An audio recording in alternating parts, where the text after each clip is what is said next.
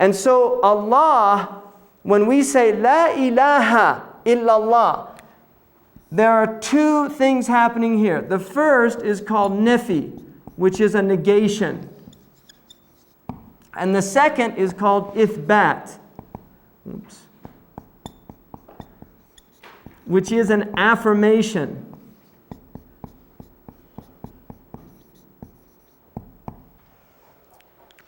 The idea for the Muslims is you must negate before you can affirm. What are you negating?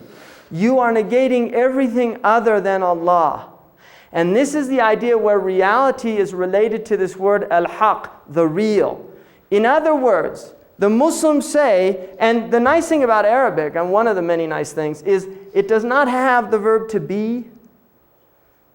So in this, although we read it in English, there is no God but God. In Arabic, that is, which we call an auxiliary verb, I think. Yeah, the is not there. It's not there. Now this has important philosophical implications because when you relate to the idea of being, again we can move out of being when we talk about God. See, the Muslims don't view God as a being in the sense of a supreme being in a hierarchy, like the St. Thomas Aquinas idea of a hierarchy of being, God being at the top of the hierarchy. That's really alien to the Islamic tradition. The idea of God here is that God is absolute, that God is ultimate reality, that God, when God's reality is articulated, every other reality vanishes into falsehood or non-existence.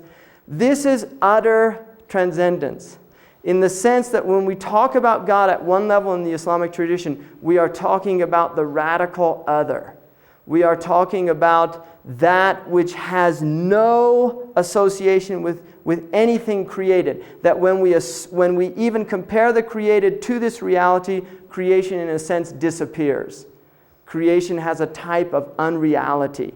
For the Muslims, what this means is we can supplant any of these words here with the divine names or the attributes. We can say there is no haqq except the haqq. In other words, there is nothing real except the real. We can say there is no generous except the generous. Al-Karim is the name of God. We can say there is no merciful except the merciful. So we can literally take any of the 99 names and put them in this formula and it works. Why? Because when we speak about God, we are negating everything other than God.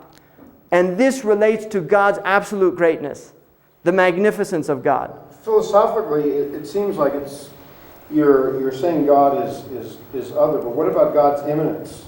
I'm going to get to that. I will. I'll get to that because it's a very important point.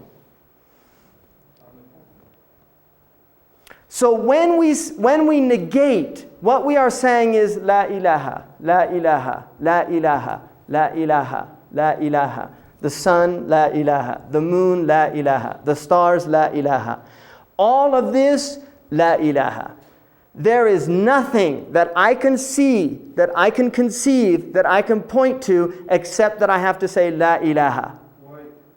What is the difference, that concept that's held, and the concept such as that a Christian would believe in? Or I think that they can be very similar.